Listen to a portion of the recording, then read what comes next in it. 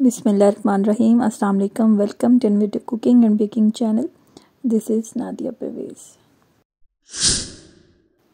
आज की रेसिपी है माश की दाल। माश की दाल फाइबर और एंटी ऑक्सीडेंट्स से भरपूर होती है और ये दिल के अमराज के लिए बेहतरीन होती है। हाजमे के निज़ाम को बेहतर बनाती है और कब्ज़ से निजात दिलाती है। इसको कैसे बेहतर अंदाज से बनाया जा सकता है और ग़िज़ाइयत से भरपूर, वो हम इस वीडियो में जानेंगे। आज हम जानेंगे किस तरह एक मज़ेदार सी विदाउट प्याज माश की दाल बना सकते हैं।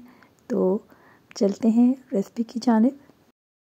यहाँ मैं आपसे यही कहूँगी कि जो हमारे ट्रेडिशनल तरीक़ाकार चले आते हैं कि धूप में आप दालों को भिगो के रखें, तो लाजमी भिगो के रखें। इससे इनके आयंस डेवलप होते हैं और वो आपको एक अलग तरीके से फ़ायदा पहुँचाती हैं। दूसरी बात है, अगर धूप नहीं है तो कम से कम उसमें गर्म पानी शामिल करें, नीम गर्म पानी, और उसको कम से कम आधा घंटा भिगो के रखें। तो इसी तरह हमने जी दाल को साफ़ करके भिगो के रखा और इसमें गुनगुना पानी शामिल किया और ये चीज़ें दाल को बॉईल करते हुए ऐड करें, जिसमें कुछ साबुत गर्म मसाले के टुकड़े हैं, एक लहसुन की तुरी है, अदरक है और यहाँ पे मैं हींग भी ऐड कर रही हूँ। ये पिसी हुई हींग है, अभी भी ऐड करूँगी और थोड़ा सा मसाला बनाते हुए भी शामिल करूँगी। और यहाँ पे हल्दी शामिल करें और नमक शामिल करें, और नमक बहुत ज़्यादा शामिल मत करें, हाफ़ टी स्पून शामिल करें, और क्योंकि मसाले में भी जाएगा तो फिर आप इसका अंदाज़ा लगा के मज़ीद नमक को सेट कर सकते हैं। 1 टीस्पून ऑयल भी ऐड करें। जगह जो एटमॉस्फेयर होता है उसके मुताबिक, पानी के मुताबिक उसका टेम्परेचर थोड़ा डिफरेंट होता है, तो आप उसी हिसाब से अपने कुकर की टाइमिंग सेट करें। यहाँ पे तकरीबन मैंने 8 मिनट रखा है, लेकिन इसके बावजूद ये काफ़ी सॉफ्ट सी हो गई है। तो इसको मैं अगर 5 मिनट भी रखती तो वो भी मोर देन इनफ होता। तो यहाँ पे हमने तमाम पानी को ड्रेन कर लेना है। जैसे ही प्रेशर कुकर खोले आप इसको फ़ौरन निकाल लें, वरना बहुत ज़्यादा सॉफ्ट हो जाएगी। और ये मैं आपको इस फॉर्म में भी दिखा रही हूँ कि इतना हमने लहसुन लिया है, और अदरक जो है काट के भी शामिल करेंगे और कूट के भी। सारी कूट के शामिल नहीं करेंगे वरना उसका जायका कड़वा हो जाता है। और यहाँ पे ये तमाम चीज़ें मैं आपके सामने प्रेजेंट कर रही हूँ और इसको साथ साथ दिखाती जा रही हूँ मिक़दार को। आप अपने मिजाज और टेस्ट के हिसाब से नमक और मिर्चों को रखें। बाकी यहाँ पे जी टमाटर को हमने ज़्यादा मिक़दार में रखा है, और ये जी लहसुन अदरक मैंने अब यहाँ पे कूट लिया है। और ये है जी सफ़ेद ज़ीरा, हल्दी, दरदरी मिर्चें, पिसी हुई मिर्चें, और यहाँ पे मैंने साबुत काली मिर्ची भी रखी हैं, ये बहुत टेस्ट में मज़ा देती हैं। पेपरिका भी शामिल की है, और यहाँ पे मैंने इनको बॉईल कर लिया। या अभी यहाँ तक लाइट थी, इसके बाद लाइट चली गई और मेरा इरादा इसको ब्लेंडर में ब्लेंड करने का था। लेकिन हर चीज़ में कुछ ना कुछ बेहतरी होती है। हमने इसमें एक टिप फिर इसमें रखी, वो हम आपको आगे चल के दिखाएँगे। आप वीडियो बनाएं या ना बनाएं, तमाम चीज़ें अगर पहले से रेडी हों तो कुकिंग का टाइम भी शॉर्ट हो जाता है और अच्छे तरीके से चीज़ें रेडी हो जाती हैं और ढूंढिया भी नहीं मचती। तो यहाँ पे जी हमने ये चीज़ें रख ली और माश की दाल को हमने इसका बिल्कुल सेपरेट कर लिया, और थोड़ा सा पानी भी हम शामिल करेंगे, वो भी आगे चल के हम आपको दिखाते हैं। यहाँ पे ऑयल लें, थोड़ा सा यहाँ पे 1 टेबल स्पून में घी भी ऐड करूँगी। बस ऑयल को गर्म होना चाहिए, कुनकुना हो जाए, बहुत ज़्यादा तेज़ गर्म ना हो, वरना ये लहसुन और अदरक का पेस्ट जो है जलने का अंदेशा है, बल्कि जल ही जाएगा।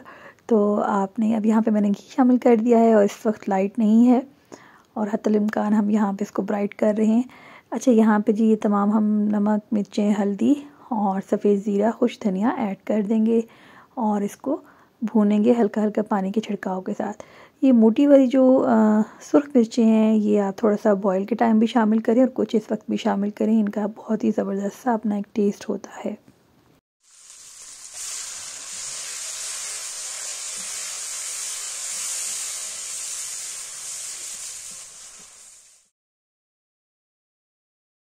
पेपरिका और कश्मीरी लाल मिर्च आप शामिल कर सकते हैं, इससे बहुत ही खूबसूरत सा कलर आता है और टेस्ट भी बहुत यमी हो जाता है।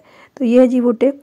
लाइट चली गई थी और हमने मतलब इतना ज़्यादा मैंने टमाटर को बॉईल भी नहीं किया कि वो सॉफ्ट हो जाएं, और थोड़े सख्त थे, हार्ड थे। तो मैंने कहा चलिए ब्लेंडर से हो जाएगा, लेकिन फिर ये जो है हमें नुस्खा मिला और हमने ऐसे इसको मैशर से मैश किया। तो ज़रा एहतियात के साथ, क्योंकि ये नॉन स्टिक है तो कढ़ाई ख़राब होने का भी अंदेशा रहता है, तो आपने एहतियात के साथ इनको मैश करना है। तो अल्हम्दुलिल्लाह बहुत हद तक ये मैश हो गए थे।